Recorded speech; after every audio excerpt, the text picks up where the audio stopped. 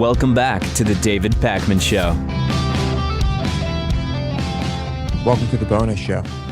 Let's talk about the DEA. I love talking about the DEA. Apparently, the DEA, have you seen that apparently video with the little kid?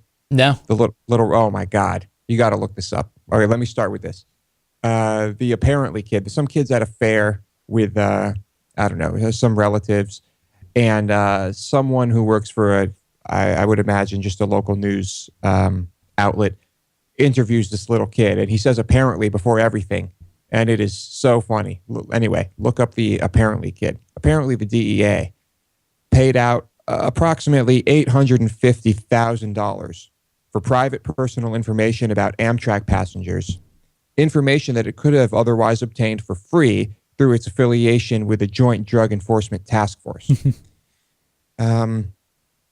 And this, I guess, this was not like a one-time payment. This was over the course of 20 years to an unnamed secretary working for a, quote, train and engine crew.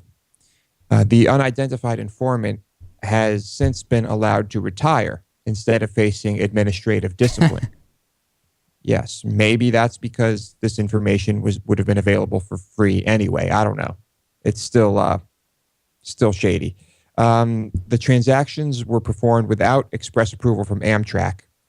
The company's corporate private policy does not allow it to sell or share such data to contractors or certain trustworthy business partners. Does allow it to sell, does. So certain trustworthy business partners, I mean, that's kind of, not too specific there. But I guess the DEA is a trustworthy business partner. Of course. Who wouldn't trust the DEA? Right. So information like emergency, well, the passengers give information to Amtrak, like emergency contacts, passport information, travel itineraries, and baggage details. And this, I guess, was the information that was sold to the DEA.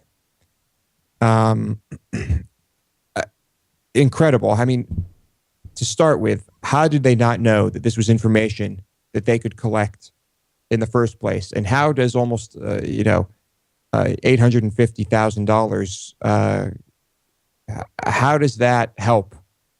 I don't know. It seems like a total waste of money. Then again, we could argue that everything the DEA does is a total waste of time and money. And perhaps $850,000 is completely negligible compared to their annual budget. But I don't know. I still don't like this. Do you? No, I don't like it either. And I was hoping to talk to a friend of ours who works at Amtrak about this. I wasn't able to get a hold of him. I have a sense he may not really have that much to say about this anyway. It's a very, very strange story. It doesn't seem like a good use of money, but you're making a good point, which is much of what the DEA does systemically is a waste of time and money. And comparatively, maybe this doesn't really appear to be that much. The deal that was struck, just all of it just is really, it's rancid, Lewis. It stinks. It is rancid. I think the point should be, if the DEA is willing to just throw money like this away in this particular instance on something that they could have had for free, how many times is this happening? Or, how many transactions like this are occurring that are completely unnecessary? Right. How many millions and millions and millions of dollars are just being flushed down the toilet? Many. Yeah. Many indeed. Speaking of flushing things down the toilet, that was not intentional. I didn't even mean to do that, but that was a nice little segue. Flagstaff has just committed 3.6 billion gallons of treated sewage for snowmaking on what is being called a sacred mountain. And the city administrator has completely shut the public out of the conversation and the decision. The City of Flagstaff Utility Director, Brad Hill, single-handedly authorized this. It's a 20-year contract to extend the sale of treated sewage for snowmaking on the San Francisco peaks in northern Arizona. And like I said, he just completely shut the public and everyone else out of this. I imagine this was probably a lucrative deal. It's probably not very easy to sell sewage, but this is one instance in which you can. And of course, people are upset about this because the sewage contains nasty chemicals, pharmaceuticals, hormones, everything. It's full of nasty crap, and it will be sprayed all over this perhaps delicate ecosystem. What's the point of this, though? Like, why is this? You said it's a sacred mountain. Is this? I'm guessing it's not a ski resort. I think it is. Oh. I think it is a skiing. It must be a skiing area because those are the only places where you make snow. Yeah, that's what I was thinking. But are ski areas normally on sacred mountains? I don't know. I guess maybe some of them are. Guess they can be. Yeah, there are, of course, all sorts of people now coming out saying, we don't want this. Indigenous peoples, local residents. Seems everyone's opposed to this. But this Arizona Snow Bowl, I guess, Snow Bowl is the company that is the ones doing this sewage into snow. They were 2 years into their original 5-year contract. Their manager petitioned for the 20-year extension. It happened, and this is going to be a nasty thing. I mean, I don't know all the science behind this, of course. Will this destroy plant life? Will this be incredibly harmful to wildlife? I can only imagine that the answer is yes. Yeah, because it's funny, the ick factor here of, I'm skiing on sewage, if that's what it is, sewage is raining down. That, I feel like, is what more people are focused on, when the reality is that the bigger concern is what is this going to do to the ecosystem based on the products that are used to treat sewage. And I know that there have been some movements in water treatment facilities in different cities and towns to move towards something that is more eco-friendly, but it doesn't seem like we know whether that is the case here. Certainly, there's no guarantee that it is at all. City officials acknowledge that reclaimed wastewater may contain antibiotic-resistant bacteria and pharmaceuticals, but have no timeline for testing and mitigating these issues. Great. Very disturbing stuff. It's just money winning again. 20 more years of this crap being sprayed all over this mountain. And I say crap, actual crap. Very depressing. I hope the people win on this one, but I'm not too optimistic about that. Let's talk about Iceland. I've been to Iceland. It's a fascinating place, and the language, Icelandic, of course, is only spoken in Iceland.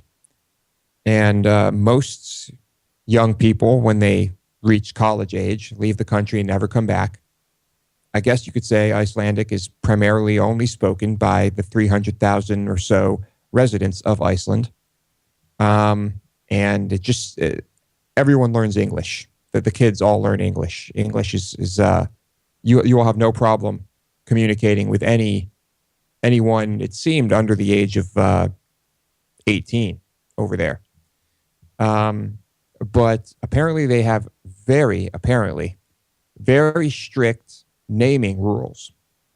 There are about 3,000 something names, and it's a good chunk of names that you can name your child in Iceland. But there are people who try and name their kids other things. They get rejected. And then once that happens, on your passport, instead of having the name that they don't want you to have that got rejected or is invalid, they will just use the name for boy or the name for girl. So your name will be Boy Pac-Man or Girl Pac-Man.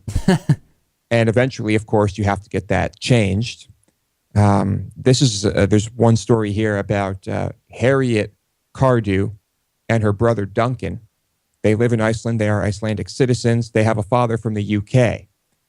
And I guess the name Harriet cannot be conjugated in Icelandic. So the statement here from the girl's father says, names unable to accommodate the endings required by the nominative, accusative, genitive, and dative cases used in Icelandic are also routinely turned down.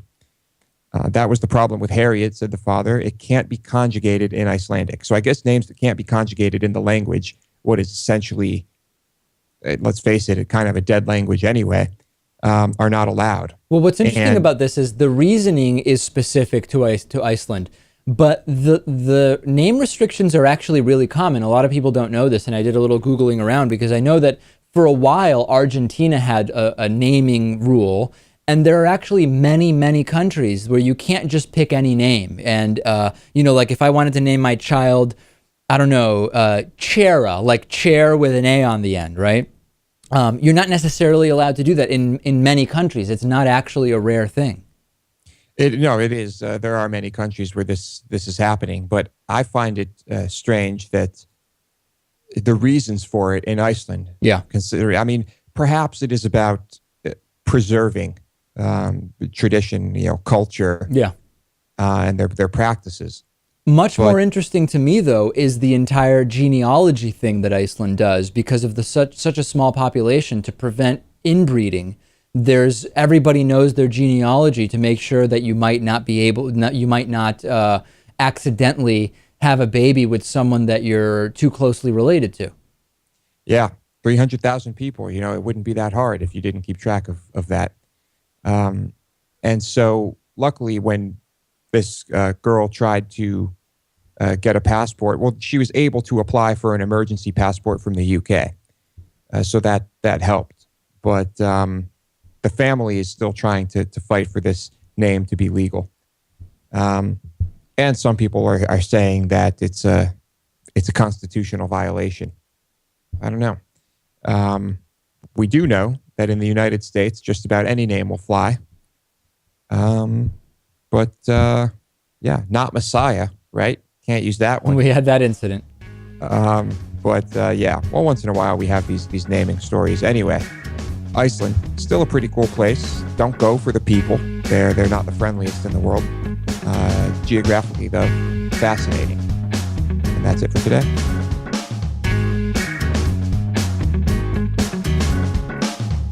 The David Pakman Show at davidpakman.com.